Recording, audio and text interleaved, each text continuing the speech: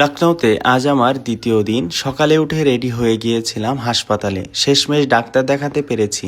Doctor দেখানো শেষে হাতে বেশ সময় ছিল, তাই গিয়েছিলাম নবাব ওয়াজেদ আলী শাহ প্রাণী উদ্যানে, যেটা লখনৌ চিড়িয়াখানা নামে পরিচিত।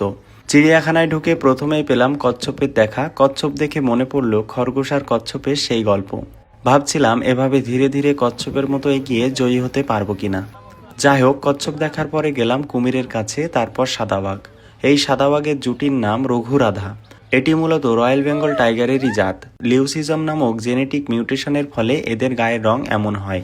রোদের সাথে সাথে বেশ গরমও পড়েছে, তাই এই ক্লান্ত দুপুরে সিংহগুলো নিচে ঘুমাচ্ছে আর এদিকে চিতাবাঘটি ঘুমাচ্ছে গাছের উপরে।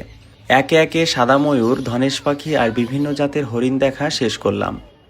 এই চিড়িয়াখানাটি বেশ পুরনো, 1921 সালে প্রতিষ্ঠিত হয়েছিল। এটি তৎকালীন প্রিন্স অফ ওয়েলস, পরবর্তীকালে যিনি কিং এডওয়ার্ড অষ্টম হয়েছিলেন, ওনার লখনৌ সফরকে স্মরণীয় করে রাখার জন্য তৈরি করা হয়। এটির উদ্যোক্তা ছিলেন উত্তরপ্রদেশের তৎকালীন গভর্নর স্যার হারকোর্ট বাটলার। চিড়িয়াখানার জমিটি আসলে অষ্টাদশ শতাব্দীতে অযোধ্যার নবাব নাসিরউদ্দিন হায়দারের আমলে তৈরি একটি আমবাগান ছিল। তখন এর নাম ছিল বানারসি বাগ, যা আজও অনেকে এই নামেই চেনেন। এখানে প্রায় 102 থেকে 104 প্রজাতির 900 থেকে 1000 প্রাণী রয়েছে।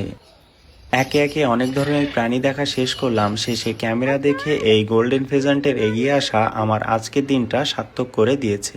সুন্দরভাবে ঘোরাঘুরি শেষ করলাম, তারপর রওনা দিলাম ছোট ভাইয়ের রুমের উদ্দেশ্যে। যেহেতু ডাক্তার দেখানো শেষ, তাই এবার বেনারসে ফেরার অপেক্ষা।